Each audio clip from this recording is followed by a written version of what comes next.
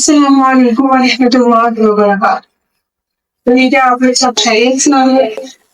آج ہمارے تفسیر کے کورس کی 3rd کلاس ہے اور آج ہم لوگ انشاءاللہ 2 صورتوں کی تفسیر پڑھیں گے اور پہلی صورت ہے سورہ اخلاص۔ ویسے تو قرآن پاک کا ایک لفظ بہت زیادہ فضیلت والا ہے، لیکن اس صورت کی فضیلت بہت زیادہ ہے۔ اللہ تعالیٰ نے ہر ایک لفظ میں، قرآن پاک کی ہر ایک لفظ میں بہت زیادہ شفا رکھی ہے، اور اس صورت کی شفا بہت زیادہ ہے اور اس کی فضیلت بھی بہت زیادہ ہے۔ تو پہلے ہم اس کے شان نزول کے بارے میں پڑھتے ہیں۔ مسند احمد میں ہے کہ مشرکین جب حضور اکرم صلی اللہ علیہ وسلم سے کہا کہ اپنے رب کے اوصاف بیان کریں، مطلب ان کی خوبیاں بیان کریں، تو اس پر یہ صورت نازل ہوئی تھی۔ یہاں پر اللہ تعالیٰ نے اپنی بہت ساری فضیلتیں بیان کی، بہت ساری صفات بیان کی، جیسے کہ اس صورت میں ہے صمد کا لفظ۔ صمد کے معنی ہے جو نہ کبھی پیدا ہوا ہو، نہ ہی کبھی اس کی کوئی اولاد ہو۔ اس لیے کیونکہ جو پیدا ہوا ہے وہ ایک وقت مرے گا بھی اور دوسرے اس کے وارث بھی ہوں گے، ٹھیک ہے، لیکن اللہ عز و جل جو ہے وہ نہ ہی مرے گا اور نہ ہی اس کے کوئی وارث ہے۔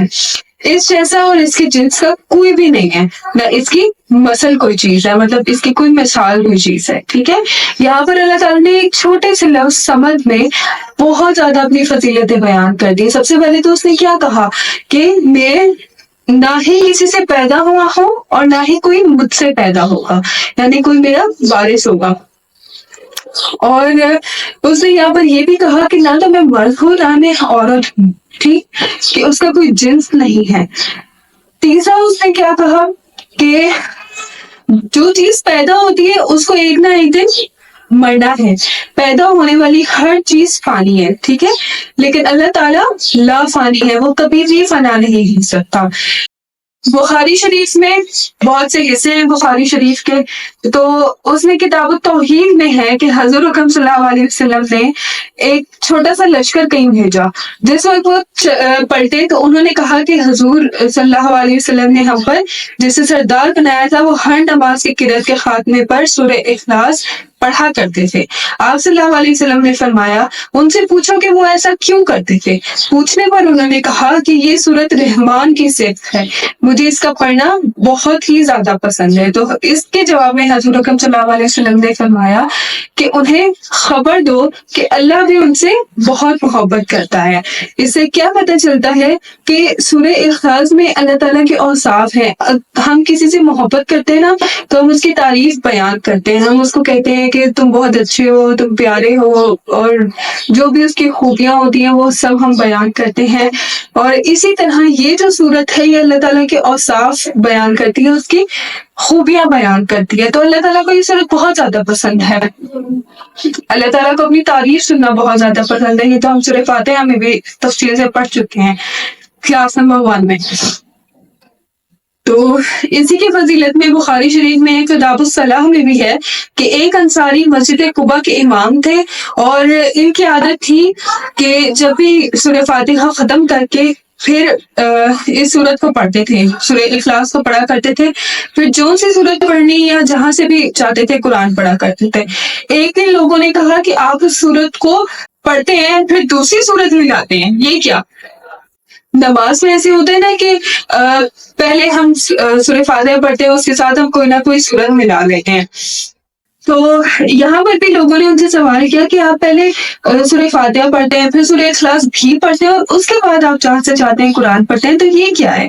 تو انہوں نے جواب دیا کہ میں تو جس طرح کرتا ہوں کرتا رہوں گا، تم چاہو تو مجھے امام رکھو، کہو تو میں تمہاری امامت چھوڑ دوں۔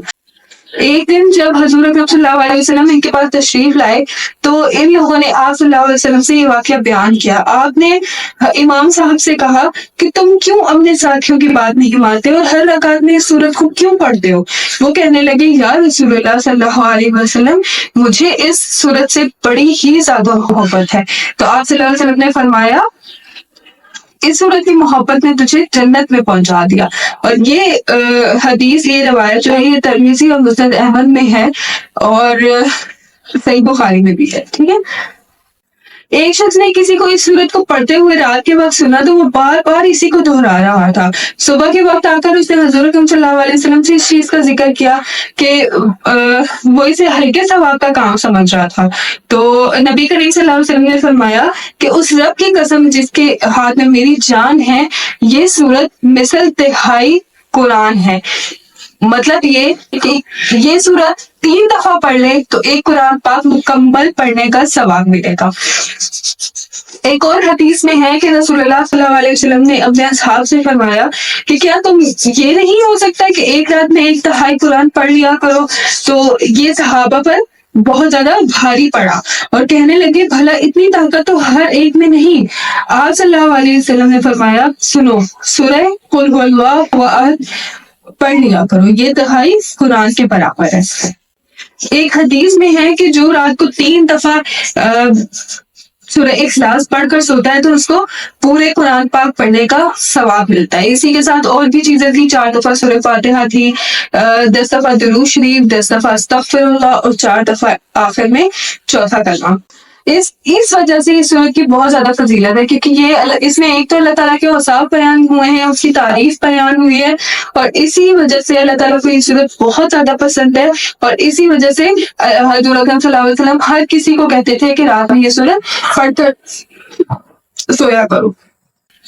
ایک ضعیف حدیث میں ہے کہ جو شخص اس سورت کو 200 مرتبہ پڑھ لے اللہ تعالیٰ اس کے 200 سال کی گناہ معاف کر دے گا. لیکن یہ ایک ضعیف حدیث ہے، اس کی کوئی صحیح سند نہیں ملتی. اسی طرح نسائی شریف میں بھی اس سورت کی تفسیر کرتے ہوئے فرمایا گیا ہے کہ نبی کریم صلی اللہ علیہ وسلم مسجد میں تشریف لائے تو دیکھا کہ ایک شخص نماز پڑھ رہا ہے، دوسرا مانگ رہا ہے، اپنی دعاؤں میں کہتا ہے کہ اللہم انی اسألک بانی اشہد لا الہ الا انت الاحد الصمد الذی لم یلد ولم یولد ولم یکن لہ کفوا احد.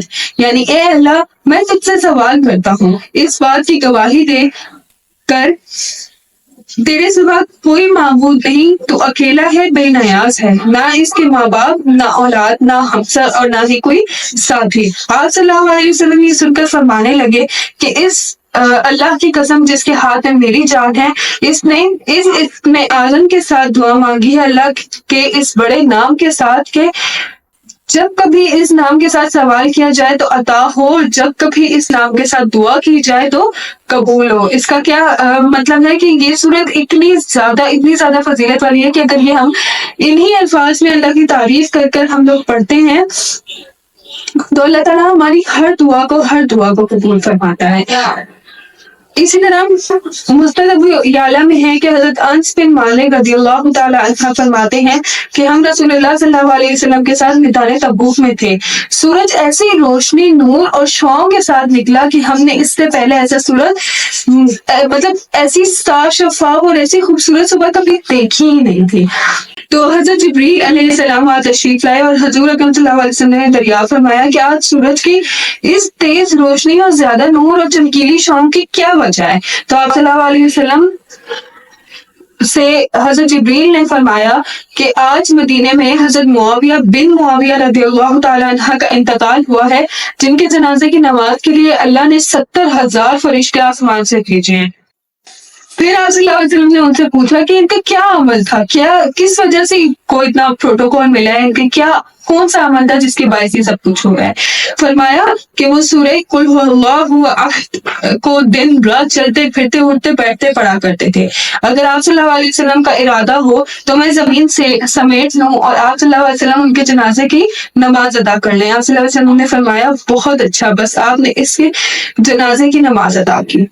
یہاں پر حضرت جبریل نے حضرت محمد صلی اللہ علیہ وسلم کو وہاں پر زمین سمیٹنے کا مطلب ہے کہ ان کے لیے رستہ آسان کر دیا اور ان کے لیے فاصلہ کم کر دیا، کیونکہ غزوہ تبوک مکہ سے بہت زیادہ دور تھی، مدینہ سے بہت زیادہ دور تھی.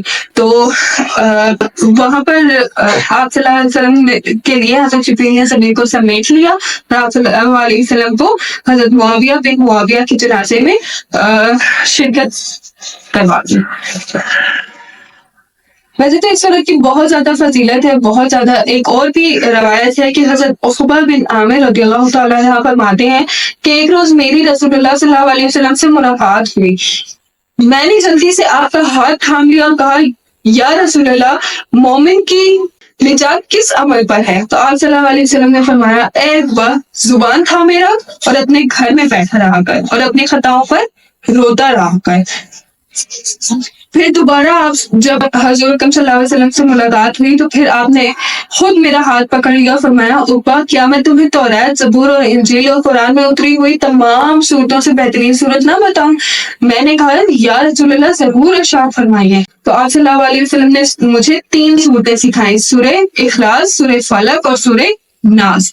پھر فرمایا دیکھو انہیں کبھی نہ بھولنا، ہر رات انہیں پڑھ لیا کرنا۔ فرماتے ہیں کہ پھر میں نے نہ انہیں کبھی بھولا اور نہ کوئی رات میں اس کو پڑھنے بھولا۔ مطلب ہر رات میں نے تمام صورتوں کی تلاوت کی، اور یہ تینوں صورتیں رقیہ میں شامل ہیں۔ ہم سورہ ناس اور سورہ فلق میں تو پڑھ چکے ہیں کہ کس طریقے سے ان سے رقیہ کیا جاتا ہے، اسی طرح سورہ اخلاص جو ہے وہ بھی رقیہ میں شامل ہے، اس کو بھی رقیہ کرتے ہوئے پڑھ لینا چاہیے۔ تو چھوٹی سی صورت ہے، ہم پہلے اس کا ترجمہ کر لیتے ہیں، تو اس کے بعد ہم انشاءاللہ اس کی تفسیر کی طرف آئیں گے۔ اعوذ باللہ من الشیطان الرجیم، بسم اللہ الرحمن الرحیم۔ آپ لوگوں میں سے جتنے وہ موبائل سے بیاض القرآن، تو وہ تو آپ لوگ کو مل چکے ہوں گے یا مل جائیں گے 2-3 دن میں، تو انشاءاللہ آپ لوگ اس کے اوپر لکھنا سٹارٹ کریں تاکہ آپ لوگ کا ایک مکمل ایک سرمایہ آپ لوگ کے پاس تیار ہو جائے، ٹھیک ہے؟ اعوذ باللہ من الشیطان الرجیم، بسم اللہ الرحمن الرحیم۔ قل، کہہ دیجئے، یہ تو ہم پچھلے بھی قل جو 4 قل ہیں ان میں سے ہم آج تیسرا قل پڑھ رہے ہیں، تو ان میں تو ہم پڑھ چکے ہیں قل کا کیا مطلب ہوتا ہے۔ اب جہاں پر بھی قرآن میں قل آئے تو آپ کو پتا ہوگا کہ اس کا کیا مطلب ہے، کہہ دیجئے۔ وہ اللہ احد، وہ اللہ کیا ہے؟ احد ہے۔ یہاں پر اللہ تعالیٰ نے اپنی سب سے بڑی خوبی اس آیت میں بیان کی ہے کہ نہ تو اس کے ساتھ کوئی ہے اور نہ ہی اس کا کوئی شریک ہے۔ وہ کیا ہے؟ وہ واحد ہے۔ یہ پوری دنیا، پوری کائنات وہ واحد ہے جو چلا رہا ہے۔ اس نے کوئی اپنی ٹیم نہیں بنائی ہوئی، کوئی اس کا شریک نہیں ہے، جس طرح باقی کچھ مذاہب میں ہوتا ہے کہ وہ لوگ بہت سارے خداؤں کو مانتے ہیں۔ تو یہاں پر اس چیز کی تردید کی جا رہی ہے کہ اللہ تعالیٰ صرف ایک ہے۔ اللہ کیا ہے؟ واحد ہے۔ اللہ الصمد، اللہ بے نیاز ہے۔ صمد کی تفسیر ہم پہلے کر چکے ہیں، دوبارہ سے کریں گے انشاءاللہ۔ لم یلد، یہاں پر اللہ تعالیٰ نے اپنی تیسری خوبی بیان کی کہ وہ کیا ہے؟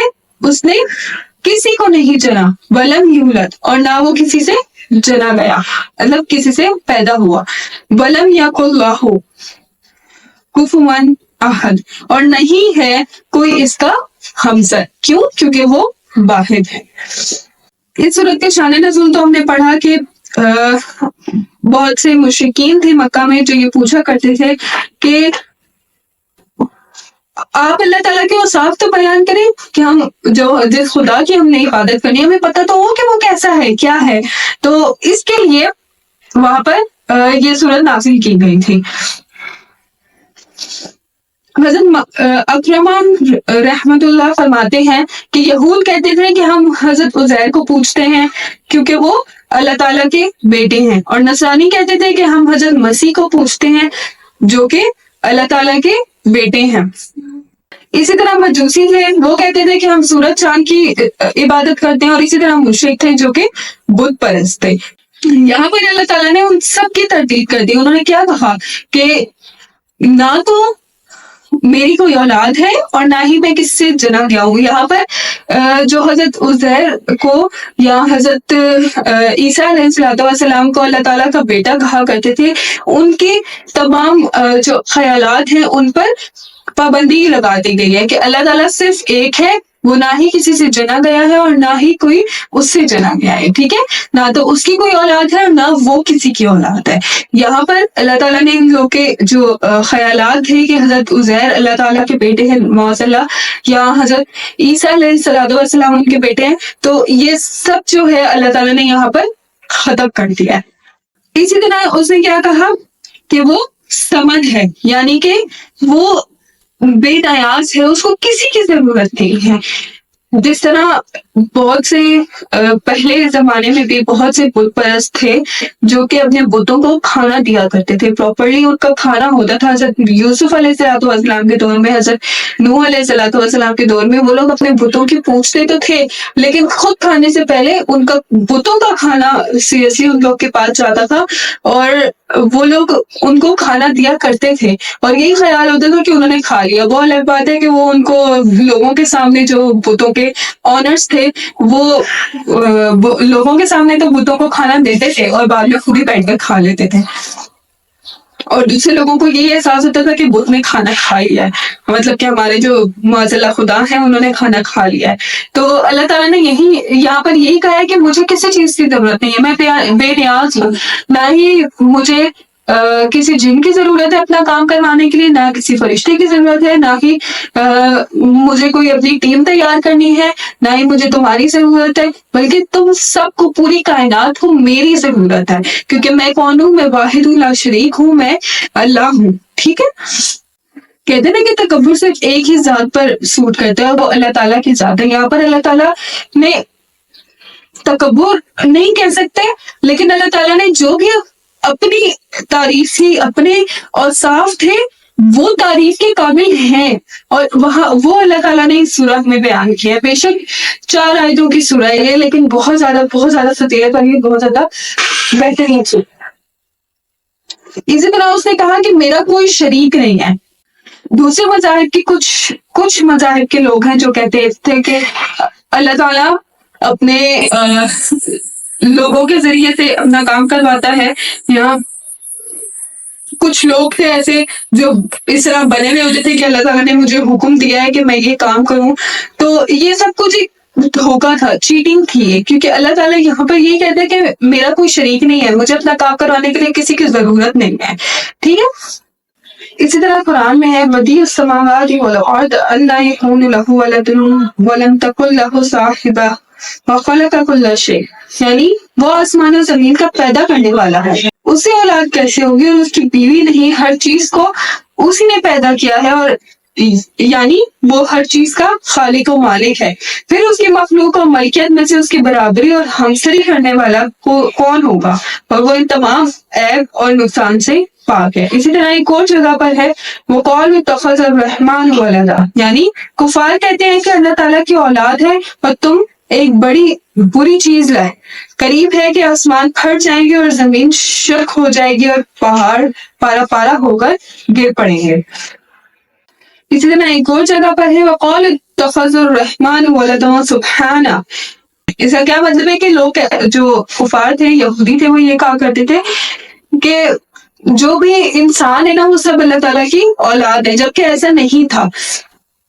قرآن کی بہت سارے آیتوں میں اللہ تعالیٰ نے یہ بات کی کہا ہے، بار بار کہا ہے کہ کفار نے یہ کہا، اور ہم نے ان کو کیا کہا کہ ہم رحمان ہیں، رحیم ہیں، پوری دنیا کو پیدا کرنے والے ہیں، اور یہ لوگ جو ہیں یہ صرف ہماری مخلوق ہیں، اشرف المخلوقات میں سے ہیں، اور اسی کی وجہ سے اللہ تعالیٰ نے ان کو صرف پیدا کیا ہے، صرف بنایا ہے، لیکن وہ ان کا اللہ تعالیٰ کی اولاد نہیں ہے. اللہ تعالیٰ نے ان کو پیدا نہیں کیا. ٹھیک ہے، مطلب خود سے پیدا نہیں کیا.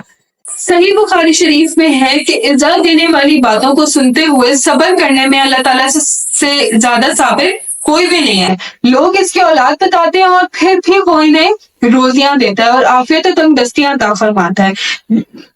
مطلب کہ اللہ تعالیٰ کے لیے لوگ اللہ تعالیٰ پر کتنے زیادہ بہتان لگاتے ہیں کہ اللہ ان کا باپ ہے، یا اللہ سے یہ اولاد پیدا ہوئی ہے، معاذ اللہ. لیکن اللہ تعالیٰ ان سب چیزوں میں سب سے زیادہ صبر کرنے والا ہے، اور پھر بھی وہ ان لوگوں کو روزی روٹی دیتا ہے، ان کو کھانے کے لیے چیزیں دیتا ہے، ان کو پہننے کے لیے کپڑا دیتا ہے، لیکن پھر بھی وہ لوگ ناشکرے ہیں، اور وہ لوگ اللہ تعالیٰ پر الزام تراشی کرتے رہتے ہیں. اسی طرح بخاری کی ایک اور روایت میں ہے کہ اللہ تعالیٰ فرماتا ہے ابن آدم مجھے جھٹلاتا ہے، حالانکہ اسے ایسا نہیں کرنا چاہیے، وہ مجھے گالیاں دیتا ہے، اور اسے یہ لائق بھی نہیں تھا کہ اس کا مجھے چھٹلانا تو یہ ہے کہ وہ کہتا ہے کہ جس طرح اولاد اللہ نے مجھے پیدا کیا ہے ایسے ہی پھر نہیں لوٹائے گا، حالانکہ پہلی مرتبہ سے پیدائش اور دوسری مرتبہ کی پیدائش سے زیادہ آسان تو نہیں تھی۔ اللہ تعالیٰ کہتے ہیں کہ جب میں اس چیز پر قادر ہوں تو اس پر کیوں نہیں، مطلب کہ اگر وہ پہلی دفعہ پیدا کرنے پر قادر ہے تو وہ دوسری دفعہ پیدا کرنے پر قادر کیوں نہیں ہے؟ اور اسی کا مجھے گالیاں دینا یہ ہے کہ وہ کہتا ہے کہ اللہ کی اولاد ہے، حالانکہ میں تنہا ہوں اور میں ایک ہی ہوں، میں صمد ہوں، نہ میری اولاد ہے، نہ میرے ماں باپ ہے، اور نہ ہی مجھ جیسا کوئی اور ہے۔ اللہ تعالیٰ نے قرآن میں عقل والوں کے لیے ہر ایک حرف میں اپنی نشانی رکھی ہے، اور اسی طرح یہ جو سورہ ہے اس میں بھی اللہ تعالیٰ نے اپنے اوصاف بیان کیے، اپنی خوبیاں بیان کی اور اپنی بہت زیادہ اپنے بارے میں بتا دیا ہے۔ اور یہی بات ہے کہ اس صورت میں عقل والوں کے لیے نشانی ہے کہ اللہ تعالیٰ صرف ایک ہے اور ہمیں صرف اسی کی عبادت کرنی چاہیے، اور کیوں عبادت کرنی چاہیے وہ بھی اللہ تعالیٰ نے بتا دیا ہے کہ نہ ہی مجھ سے کوئی پیدا ہوا، نہ ہی میں کسی سے پیدا کیا گیا ہوں، میں سمجھ ہوں، میں بے نیاز ہوں، اور نہ میں کسی کا شوہر ہوں اور نہ ہی کوئی میری بیوی ہے۔ ٹھیک ہے، اب ہم لوگ کریں گے سورہ لہب کی تفسیر۔ چھوٹی سی صورت ہے اور اس کا بہت ہی بہترین شان نزول بھی ہے، تو پہلے ہم اس کا ترجمہ کر لیتے ہیں، پھر میں آپ کو تفسیر بتاتا ہوں۔ اعوذ باللہ من الشیطان الرجیم، بسم اللہ الرحمن الرحیم۔ تبت یدا ابی لہب وتب، ہاتھ ابو لہب کے برباد ہو اور وہ خود برباد ہو چکا ہے۔ یہ اللہ تعالیٰ نے کیوں کہا، اس کا شان نزول ہے وہ میں آپ کو بتاتی ہوں۔ ما اغنی عنہ مالہ وما کسب، اس کی دولت اور اس نے جو کمائی کی تھی وہ اس کے کچھ کام نہیں آئے۔ سیصلی نارا ذات لہب، ان قریب داخل ہوگا وہ شعلے مارتی ہوئی آگ میں۔ وامرأۃ، یعنی کہ اس کی بیوی، حمالۃ الحطب، وہ کیا کرے گی، اس کی بیوی لکڑیاں دھوتی ہوئی آئے گی۔ فی جیدہا، اور اس کی گردن میں حبل من مسد، رسی ہوگی کھجور کے تنے کی۔ ٹھیک ہے، اس کا شان نزول میں پہلے بتا دوں۔ بخاری شریف میں ہے کہ رسول اللہ صلی اللہ علیہ وسلم نے بدھا کے مقام پر جا کر ایک پہاڑی پر چڑھ گئے اور اونچی اونچی آواز میں کہا یا صباح یا صباح کہنے لگے، تو قریش سب جمع ہو گئے۔ تو آپ صلی اللہ علیہ وسلم نے فرمایا اگر میں تم سے کہوں کہ شام یا صبح میں دشمن تم پر چھاپا مارنے والا ہے تو کیا تم مجھے سچا کہو گے؟ سب نے جواب دیا جی ہاں یا رسول اللہ۔ تو آپ صلی اللہ علیہ وسلم نے فرمایا سنو، میں تمہیں اللہ کے سخت عذابوں کے آنے کی خبر دے رہا ہوں۔ تو ابو لہب کہنے لگے کہ تجھے ہلاکی ہو، کیا اس لیے تم نے ہمیں جمع کیا ہے؟ اس چیز پر یہ صورت نازل ہوئی تھی کیونکہ انہوں نے حضور صلی اللہ علیہ وسلم کو کہا کہ تم ہلاک ہو جاؤ۔ یہاں پر یہ صورت نازل ہوئی کہ ابو لہب برباد ہو گیا، وہ ہلاک ہو گیا۔ تبت یدا ابی لہب وتب، یعنی کہ ابو لہب جو ہے وہ برباد ہو گیا اور اس میں کچھ باقی نہیں رہا، اس کے دونوں ہاتھ ٹوٹ گئے۔ ابو لہب حضرت محمد صلی اللہ علیہ وسلم کے چچا تھے اور ان کا نام اصل نام جو ہے وہ عبد العزیٰ تھا، عبد العزیٰ بن عبد المطلب، اور ان کی کنیت ابو عتبہ تھی، اور اس کے چہرے کی خوبصورتی اور چمک دمک کی وجہ سے ابو لہب یعنی شعلے والا کہا کرتے تھے، مطلب ابو لہب جو ہے وہ ان کا خطاب تھا۔ یہ حضور اکرم صلی اللہ علیہ وسلم کے بہت زیادہ چچا تھے ان کے، لیکن بہت زیادہ ان کے دشمن تھے اور ان کو ہر وقت ان کو تکلیف پہنچانے میں لگے رہتے تھے۔ ربیعہ بن بعد دہلی رضی اللہ تعالیٰ عنہ اپنے اسلام لانے کے بعد جب اپنا جہالت کا واقعہ بیان کرتے ہیں کہ میں نے رسول اللہ صلی اللہ علیہ وسلم کو ذوالمجاز کے بازار میں دیکھا کہ آپ صلی اللہ علیہ وسلم فرما رہے تھے کہ اے لوگوں لا الہ الا اللہ کہو تو فلاح پاؤ گے، جنت پاؤ گے۔ تو لوگوں کا مجمع آپ صلی اللہ علیہ وسلم کے آس پاس لگا ہوا تھا، تو میں نے دیکھا کہ آپ کے پیچھے گورے چٹے چمکتے چہرے والا بھینگی آنکھ والا جس کے سر کے بڑے بالوں کی 2 مینڈیاں تھی، ٹھیک ہے، اور کہنے لگا کہ لوگوں یہ بے دین ہے، جھوٹا ہے، اس کی بات نہ مانو۔ تو آپ صلی اللہ علیہ وسلم لوگوں کے مجمع میں جا کر اللہ کی توحید کی دعوت دیتے تھے، اور یہ شخص پیچھے پیچھے یہ کہتا ہوا چلتا تھا کہ اے لوگوں یہ بے دین ہے، یہ جھوٹا ہے. تو صحابی فرماتے ہیں کہ میں نے لوگوں سے پوچھا کہ یہ شخص کون ہے، کیونکہ ان کا اپنا بھی دور جہالت تھا تو وہ نہیں جانتے تھے. تو انہوں نے پوچھا کہ یہ شخص کون ہے، تو لوگوں نے کہا کہ یہ آپ صلی اللہ علیہ وسلم کے چچا ابو لہب ہیں. مطلب ان کے سگے چچا تھے، لیکن پھر بھی ان میں بہت زیادہ ان کو تنگ کرتے تھے اور بہت زیادہ ان کی پریشانیوں کو اور بڑھاتے تھے. ویسے تو مشرکین مکہ نے ان کے لیے بہت زیادہ پریشانیاں پہلے سے کھڑی کر کے رکھی ہوئی تھی، لیکن جو ابو لہب ہے وہ ان کی پریشانیوں میں اور زیادہ اضافہ کر دیتے. اسی طرح بہت ساری اور بھی روایتیں ہیں، بہت سی جگہوں پر جا کر انہوں نے اسلام کی تبلیغ کی، اور وہیں پر ہی ابو لہب آ کر جو ہے وہ لوگوں سے یہ کہا کرتے تھے کہ آپ صلی اللہ علیہ وسلم ہیں وہ معذلہ جھوٹے ہیں. ٹھیک ہے. اللہ تعالیٰ اسی چیز کے لیے ابو لہب کو ڈراتے ہوئے ابو لہب کی آگے آنے والی جو زندگی ہے اس کے بارے میں بتاتے ہوئے اللہ تعالیٰ اس صورت میں کہتا ہے کہ ابو لہب برباد ہوا اور اس کی کوشش بھی غارت ہوئی. بے شک ابو لہب نے جتنی بھی کوششیں کی، لیکن اس کی ہر کوشش، اس کا ہر عمل ضائع ہو گیا. اس کی بربادی ہو چکی اور اس کی اولادیں اس کے کام نہ آئی. ابو لہب کہا کرتا تھا کہ میں اللہ تعالیٰ کو نا رشوت دے کر، اگر تو یہ آدمی سچ کہتا ہے، مطلب حضرت محمد صلی اللہ علیہ وسلم سچ بولتے ہیں، تو میں قیامت کے روز اللہ تعالیٰ کو اپنی تمام اولادیں بھی دے دوں گا اور اپنا مال پیسہ بھی دے دوں گا اور خود جنت میں چلا جاؤں گا، اس کے عذاب سے بچ جاؤں گا. تو اس کی اللہ تعالیٰ یہاں پر یہ کہتے ہیں کہ اس کی اولادیں بھی اس کے کوئی کام نہیں آئیں.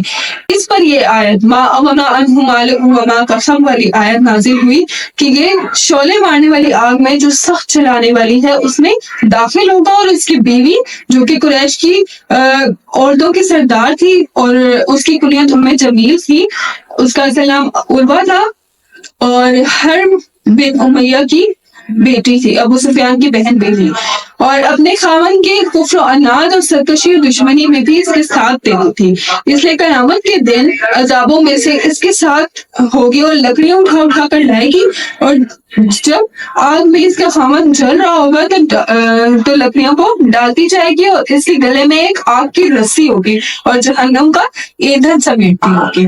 اس چھوٹی سی صورت میں اللہ تعالیٰ نے ان کا آنے والا کل بتا دیا. جو آپ صلی اللہ علیہ وسلم کے ساتھ اتنی دشمنی کرتے تھے، آپ صلی اللہ علیہ وسلم کی شفاعت سے وہ جنت پہ جا سکتے ہیں، لیکن اللہ تعالیٰ نے ان کا عذاب پہلے ہی بتا دیا کہ شاید یہ راہ راست پر آ جائے، لیکن ان کے دلوں پر مہر لگ چکی تھی، وہ کبھی بھی راہ راست میں نہیں آ سکتے تھے. تو اس آیت میں ما اغنی عنہ مالہ وما کسب میں اللہ تعالیٰ نے ان کی بارے میں یہ بتا دیا ہے کہ ان کی بے شک جتنے بھی اولاد ہو، جتنے بھی وہ مالدار ہوں، جو کچھ وہ کر لیں، لیکن ان کے لیے یہ عذاب فکس ہے، وہ کبھی بھی اس عذاب سے نہیں چھوٹ پائیں گے. اسی طرح انہوں نے ان کی بیوی کے بارے میں بتایا. ان کی بیوی کی پہچان میں آپ کو بتا چکی ہوں کہ وہ ابو سفیان کی بہن تھی اور حرب بن امیہ کی بیٹی تھی اور قریش کی عورتوں کی سردار بھی تھی، اور ان کی کنیت ام جمیل تھی اور ایسا نام عربہ تھا.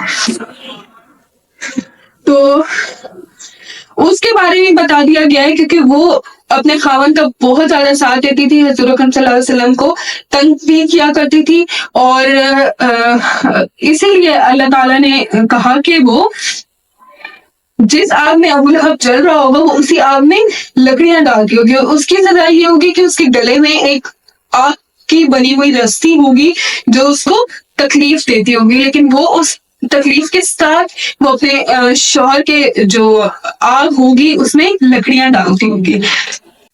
امام اپنے جریر ابن عباس وغیرہ کہتے ہیں کہ یہ ان کی جو بیوی تھی عروہ، وہ یہ جنگل کی سے خار تر لکڑیاں چن کر لاتی تھی اور حضور صلی اللہ علیہ وسلم کی راہ میں بچھا دیا کرتی تھی.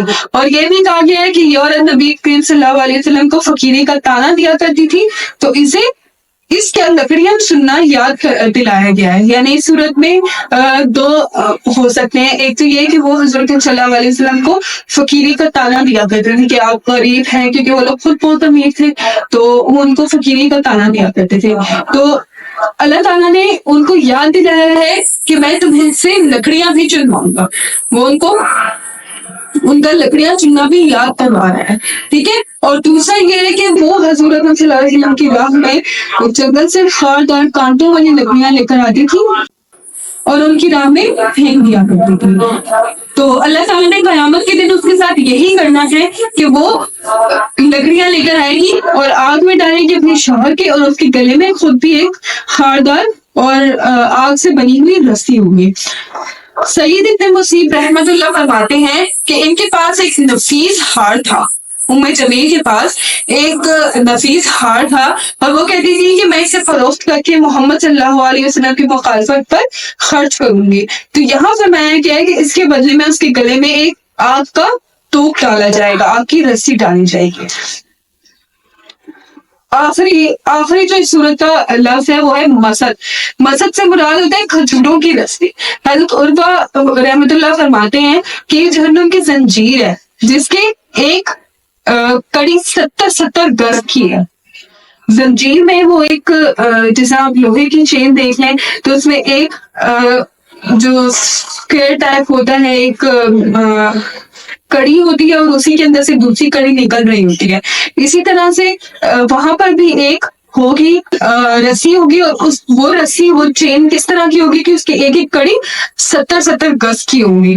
حضرت عائشہ صدیقہ رضی اللہ تعالیٰ عنہ فرماتی ہے کہ جب یہ صورت اتری تو یہ بھینگی عورت ام جمیل بنت حرب اپنے ہاتھ میں نوکدار پتھر لی گئی، یوں کہتی ہوئی حضور اکرم صلی اللہ علیہ وسلم کے پاس چلی گئی کہ متممن ابینا، یعنی ہم مزمم کے منکر ہیں، وہ دینہم خلینا، یعنی اس دین کے دشمن ہیں، وہ امرہم اسوائنا، یعنی اس دین کے نافرمان ہیں، یعنی حضرت محمد صلی اللہ علیہ وسلم کے نافرمان ہیں. اس وقت رسول اللہ صلی اللہ علیہ وسلم کعبۃ اللہ میں بیٹھے ہوئے تھے اور ان کے پاس حضرت عائشہ رضی اللہ تعالیٰ عنہ کے والد حضرت ابوبکر صدیق بھی تھے. تو حضرت ابوبکر صدیق نے ان کی حالت دیکھی، جب ام جمیل کی حالت دیکھی تو حضور اکرم صلی اللہ علیہ وسلم سے عرض کیا کہ یا رسول اللہ وہ آ رہی ہے، ایسا نہ ہو کہ آپ کو دیکھ لے اور آپ کو نقصان پہنچائے. تو حضرت صدیق آپ صلی اللہ علیہ وسلم نے فرمایا کہ صدیق بے خم رہو، یہ مجھے دیکھ ہی نہیں سکے گی. پھر آپ نے قرآن کریم کی تلاوت شروع کر دی تاکہ اس سے بچ جائیں. جب یہ امانتوں والا واقعہ تھا، جب حضرت محمد صلی اللہ علیہ وسلم نے مدینہ ہجرت کرنی تھی اور رات کے وقت وہ نکل رہے تھے اور ان کے آس پاس ان کے گھر کا محاصرہ کر لیا گیا تھا، تو وہاں پر بھی آپ صلی اللہ علیہ وسلم نے ان کے بیچ میں سے نکلے تھے اور قرآن کی تلاوت کرتے ہوئے نکل گئے تھے، اور وہ اور ان کے ساتھ ان کو کسی کو نظر ہی نہیں آئے تھے. ٹھیک ہے. اور جب ان لوگوں نے اندر جا کر دیکھا تو حضور اکرم صلی اللہ علیہ وسلم کے بستر پر حضرت علی رضی اللہ تعالیٰ عنہ سو رہے تھے. تو اسی طرح یہاں پر بھی تھا کہ جب ام جمیل آئی تو آپ صلی اللہ علیہ وسلم نے قرآن کی تلاوت شروع کر دی. اسی معاملے میں قرآن فرماتا ہے وَإِذَا قَرَأْتَ الْقُرْآنَ جَعَلْنَا بَيْنَكَ وَبَيْنَ الَّذِينَ لَا يُؤْمِنُونَ بِالْآخِرَةِ حِجَابًا مَّسْتُورًا، یعنی جب تو قرآن پڑھتا ہے تو ہم تیرے اور ایمان نہ لانے والوں کے درمیان پوشیدہ پردے ڈال دیتے ہیں. اس آیت کا یہ مطلب ہے کہ جب بھی آپ صلی اللہ علیہ وسلم قرآن پڑھا کرتے تھے تو ان کے چہرے پر ان کے جو دشمن تھے، ایمان نہیں لانے والے تھے، ان کے درمیان میں ایک پردہ ڈال دیا تھا. وہ جو عورت تھی ام جمیل، وہ حضرت ابوبکر صدیق رضی اللہ تعالیٰ عنہ کے پاس آ کر کھڑی ہو گئی. حضور اکرم صلی اللہ علیہ وسلم بھی وہی کرتے ہیں، لیکن ان کے اور اس ام جمیل کے درمیان پردہ آ گیا تھا تو وہ حضور کو دیکھ نہیں سکی تھی. حضرت ابوبکر صدیق سے کہنے لگی کہ مجھے معلوم ہے کہ تیرے ساتھی نے میری برائی کی ہے، یعنی شعروں میں میری مذمت کی ہے. تو حضرت ابوبکر صدیق رضی اللہ تعالیٰ عنہ نے فرمایا کہ نہیں، رب البیت کی قسم، حضور اکرم صلی اللہ علیہ وسلم نے تیری کوئی برائی نہیں کی. یہ کہتی ہوئی لوٹ گئی کہ قریش جانتے ہیں کہ میں ان کی سردار کی بیٹی. تو اس کے بعد جو ہے وہ حضور اکرم صلی اللہ علیہ وسلم سے پوچھا حضرت ابوبکر صدیق نے کہ اس عورت آپ کو دیکھ نہیں سکی، تو انہوں نے فرمایا کہ ایک فرشتہ میرے اور اس کے درمیان میں آ گیا تھا اور وہ ہم دونوں کے درمیان اپنے پر پھیلا کے کھڑا ہو گیا تھا، اسی وجہ سے وہ مجھے دیکھ ہی نہیں سکی. ٹھیک ہے. اہل علم نے کہا ہے کہ اس کے گلے میں جہنم کی آگ کی رسی ہوگی جو اسے کھینچ کر جہنم کے اوپر لایا جائے گا اور پھر ڈھیلی چھوڑ دی جائے گی جس سے وہ جہنم کی تہ میں پہنچایا جائے گا. یعنی